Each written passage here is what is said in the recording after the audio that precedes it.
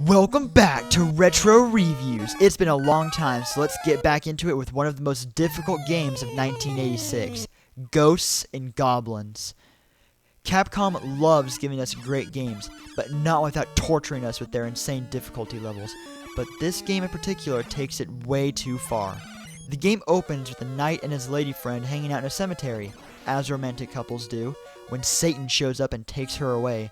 You must then journey through the video game hell of this game. It doesn't start out too hard, but if you don't progress quickly, these zombies will get you, taking away half your life.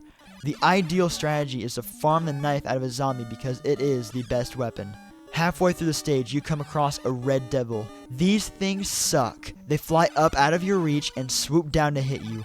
These guys are fast too, but the best way to deal with them is to hit them when they're barely on screen and then run away. The rest of the level isn't too bad. The boss of the level is this unicorn. Manual calls it that, but it looks an awful lot like a Cyclops. But whatever. The first part of the second stage isn't too bad, but after that, things amp up quickly. This hell house requires patience and some luck. The big guys take a lot of damage, and they need to be dealt with. But no, you can't just fight them. These goddamn birds keep coming for you. I would say this is the hardest part of the game, but the rest of the game is equal or more hard than this. The end boss is a pair of unicorns. Stage 3 starts off okay, but once you get to the blue caves, you're basically dead in your tracks. Red devils populate the caves, and some of them you must fight. The end boss is a dragon, but he is immune to the javelin. His body can be hurt with it, but his head you must hit with something else. After that is a cloud jumping section. It is here and back in stage 2 that you realize the game does not have very good jumping controls. It feels a little stiff. Oh, and here's a tip. After the clouds, a red devil waits for you. Try running past him into the fire bridge and let yourself die. That way, you spawn safely ahead of him and can refill on your 2 hits of health. The next 2 stages are downright impossible. They are the lower and upper portions of the final tower, but the enemy placement and movement is either so random or too brutal to get past. I have never seen the Satan boss with my own eyes, and at this rate I never will.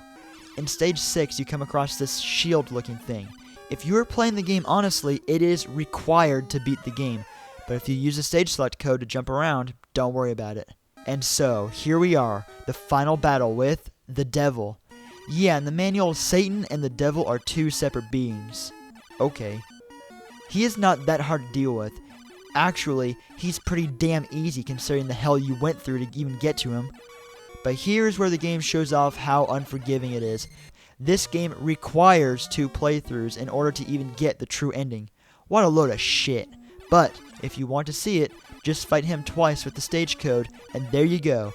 Enjoy the horrible grammar to an impossible game. This is a fairly common game and I recommend it highly. It offers great challenge and has one of the fairest checkpoint systems you can ask for with a game as hard as this. Anyway, tune in next time to tackle another impossible gem from the past. Let's go! It's time to look at the last of the NES trilogy of Mario, Super Mario Bros. 3. This was literally a game changer.